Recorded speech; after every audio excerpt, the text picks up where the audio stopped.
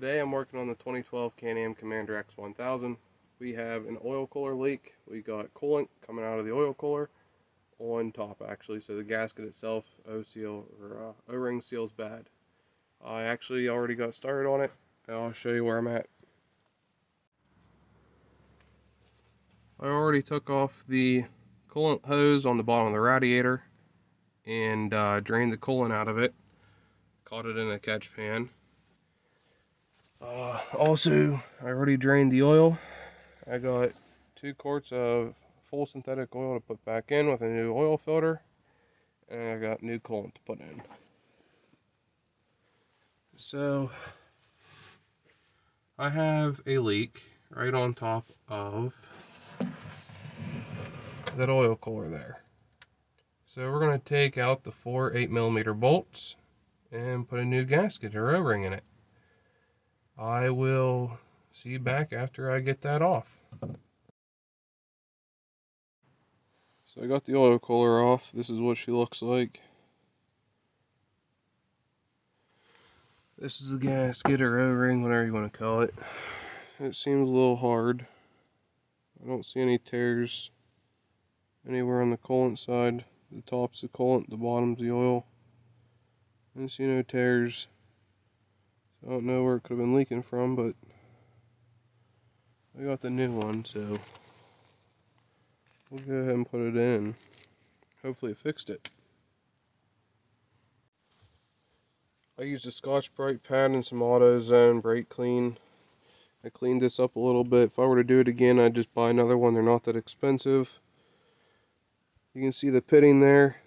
That has me a little nervous. I don't know if that's going to seal up real well. I don't even know if that's where the seal sits. I'd say right here on this one is where I'm going to have the problems. If I do. I sprayed it out with brake clean. I'm going to go hit it with the air hose. And then I'm going to put it back together. I might just order a whole nother O-ring and a whole nother oil cooler and just do this all over again. We'll see. See if it holds up or not. Before I get people on here saying that I didn't torque them, yes, they're to be torqued to 9 inch-pounds. I'm going to go to 10 inch-pounds, so that's all lower I can go with this unit. So yeah, before all the haters say that I didn't torque it, inch-pound torque wrench. Here you go. I'm going to torque it down to 10 inch-pounds. Book says 9, but I got to go 10 because that's all lower I can go on this. Alright, so I got that oil cooler back on, tightened them all up, torqued them. It should be good to go. It's 4 bolts, as you can see there, 2 on top, 2 on the bottom. And while I'm here, I want to go ahead and do the oil cooler, or the oil filter, because I drained the oil out. And it is also an 8mm nut, or bolt. So we're going to do that. And we got an oil filter from BRP, direct. And you can use a K&N 152 filter, but I don't recommend it. I'd go with the BRP. Oil doesn't really matter as long as it's fully synthetic, because that's what it came with. So I'll get this cover off for you.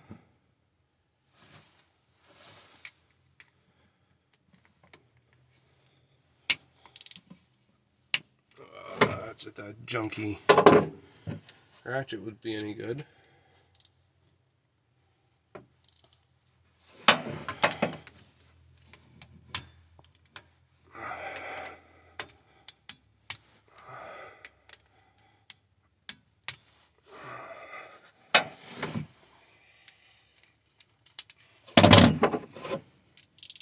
It doesn't matter what brand I go with. I destroy every 1/4 inch drive I have. Whether it be good stuff, junk stuff, it doesn't matter. It's all junk. It's all too little. Then I probably go way too tight on stuff to begin with when I don't have torque specs, so.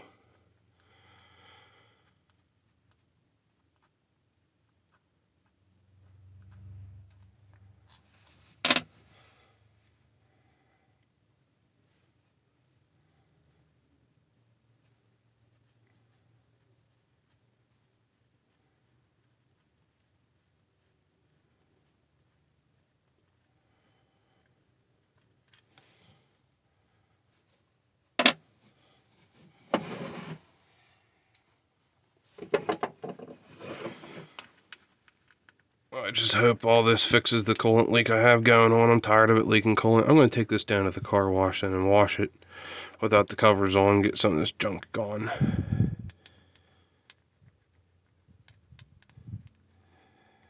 Just not a big fan of things being this cruddy.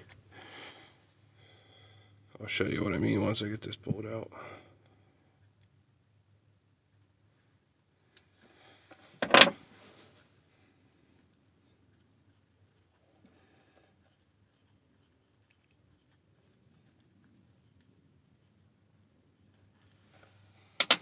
Alright, so it's out. Look at that mess. I don't really care for it. I don't know where the oil's been leaking from, but so be it. Oh yeah, more oil.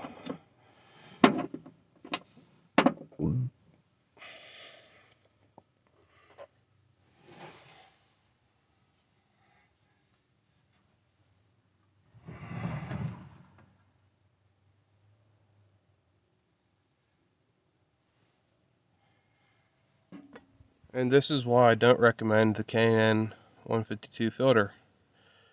The oil can't get through it well enough. It plugs up. It's just not ideal.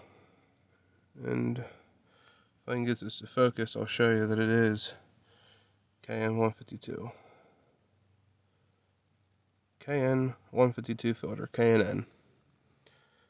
I thought K&N was always supposed to be a good filter, but they should not be collapsed like that.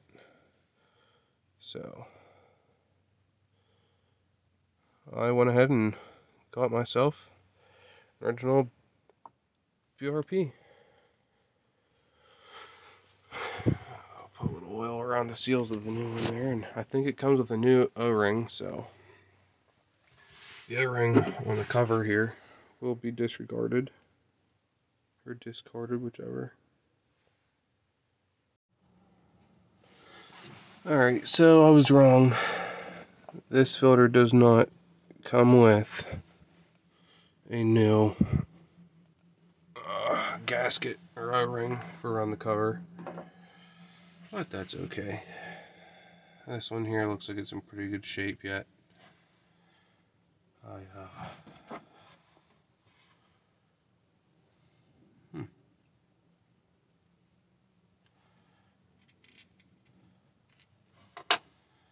Just wish I was able to work inside. We got snowmobiles tore apart here. It's getting about that time of year, we just haven't gotten any snow.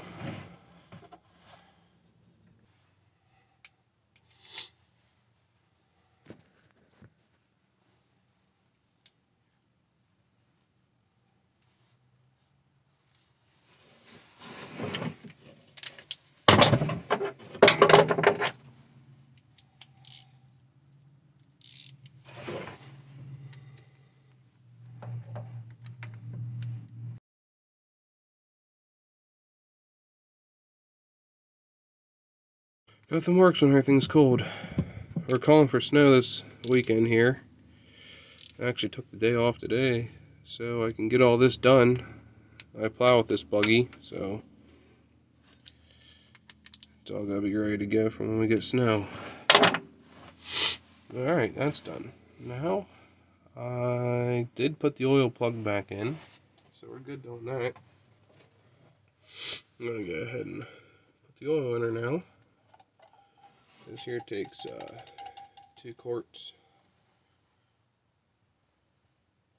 Calls and recommends for like some odd number, but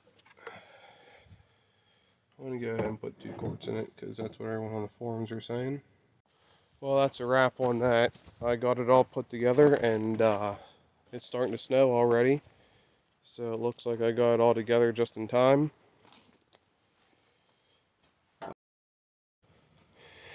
If you're ever looking to get a good side-by-side cover, get a Colpin cover.